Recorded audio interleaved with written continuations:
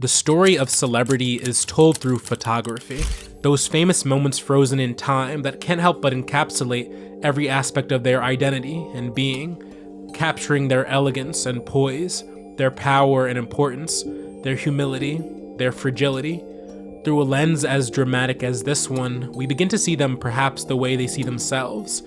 The camera tends to disappear in these instances, fade into the background as we're left with the subjects as they've always existed in our reality. There's truth to be discovered here, one that's been eagerly pursued by the greatest photographers and documentarians across the medium's young history. Yet others still are moved by a different level of emotional and artistic response. Their marks are labored and ever-present, their handiwork excessive and brash, their style unmistakably theirs, bringing eclectic energy and whimsy that redefines how we view the celebrities they've entrapped in their chaotic worlds, a feeling no more prevalent than in the stunning work of Szilveszter Makó, the photographer who's taken Hollywood by storm. A Hungarian-born Milan-based photographer, his work is breathtakingly strange, existing at some intersection of analog film photography, theatrical costuming and tailoring, and historical art movements that stretch from the Renaissance to Bauhaus to Dada and the Surreal. There's a painterly quality that underpins his compositions, influenced by his background in the arts, with his models placed in fantastical hand-drawn worlds and imaginative backdrops. He poses his subjects evocatively, often in costumes featuring exaggerated proportions, whimsical frills, and ornate detailing. They might resemble figures in a tarot card deck, or dolls he's playing dress-up with.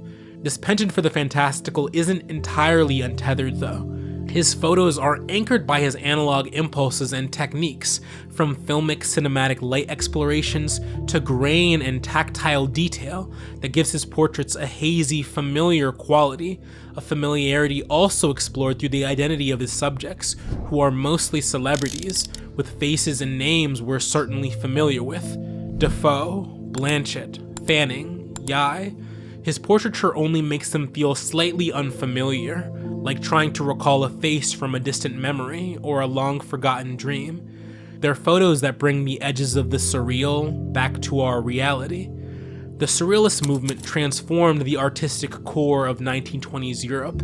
These artists and thinkers, influenced by the psychology of Freud and the politics of Marx, used art to attempt to verbalize and visualize the power of dreams and the inner workings of the subconscious mind, championing a spirit of irrational creativity in the midst of an increasingly rational capitalist world.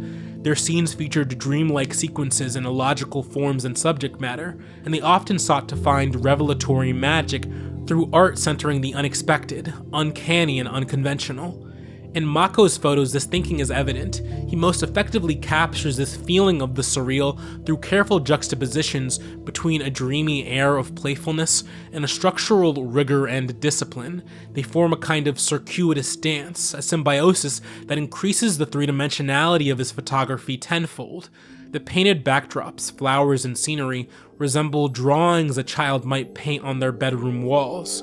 Pencil line marks transform decrepit recycled cardboard into entire animated worlds of animals and props. This playfulness is contrasted against the harsh grain and noise he introduces, bathing his figures in luxurious chiaroscuro lighting and face shading in his darker compositions.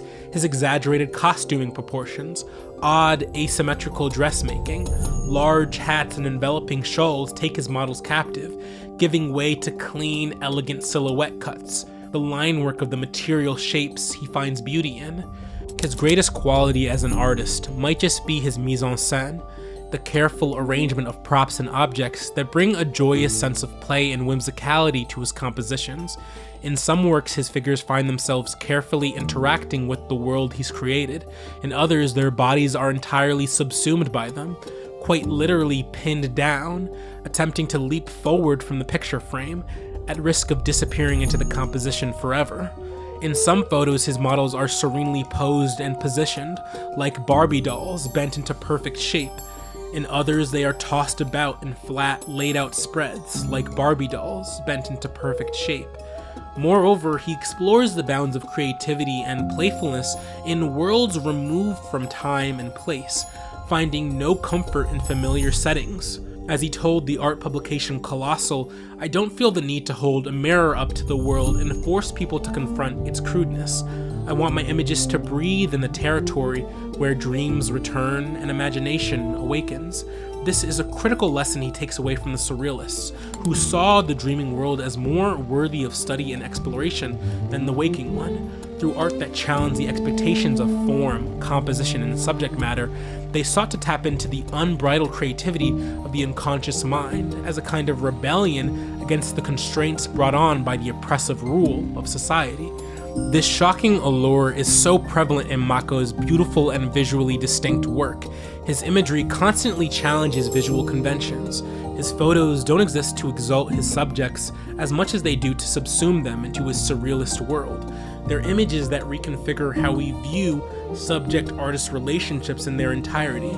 But beneath all of this, there's kind of a major hang-up that prevents his photos from achieving total surrealist immersion, a somewhat obvious one. His subjects are recognizable celebrities. This brings his dreams back down to reality. As surreal as the images he crafts may be, his usage of celebrities as central figures and focal points means his images always remain fixed to our reality, our time and place.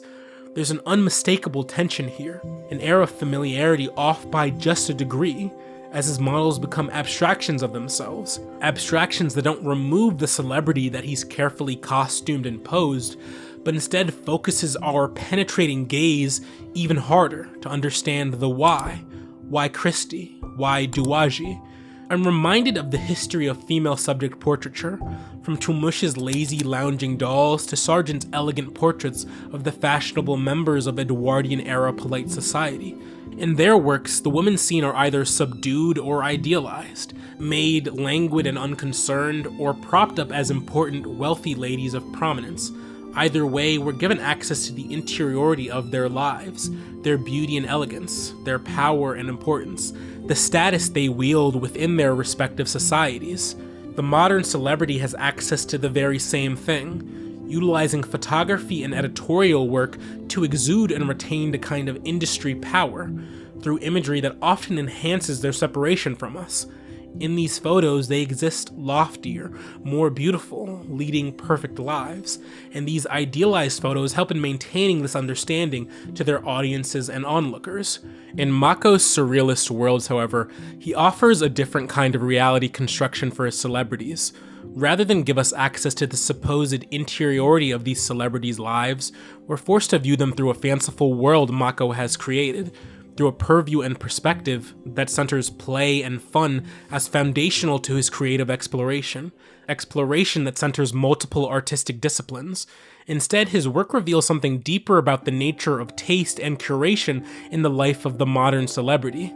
His photos and their surrealist touches and high art influences suggest that the lives his figures lead are as fanciful and interesting and artistic and intellectual as the worlds Makó has placed them in. To work with Makó in this way, to reach for a photographer who doesn't beautify and exalt in typical form, but instead drapes you in the full totality of his artistic repertoire, like a painted muse or lost figure of history, is to reflect to your audience that you know something about the arts too, that your taste is as refined as Makó's and the team of craftspeople that bring his visions to life. To look upon these works with the shock and aspirational awe, as is duly necessary, is to see his subjects for a moment as the dolls and figures and muses who have always captured the attention of artists, utilizing their singular being as vessels through which the greatest artistic expression can be fully realized. Our entire modern conception of celebrities exists solely through constructed identity. In Makó's brilliant works, we see them in the light of constantly battling opposing forces, one of rigid stability and elegance, and another of the alien, the spectacle. In his work, whose visual identity precedes itself, we're made constantly aware of the craftsmanship that not only goes into propping up the belief in celebrities as arbiters of culture, vessels and muses of divine artistic inspiration through the careful curation of their public persona, but the craftsmanship behind the iconic images themselves that speak to their artistry and poise and importance. In a single, staggering photo is a world of creatives who often go unnamed. Architects and dressmakers, craftspeople whose handiwork brought the surrealist dreams of a creative mind into our waking world, to bask upon and believe in and be transformed by, as we're taken to a place we've never been before, a space strange and distinct, revealing a world as weird and beautiful as the one we've already known.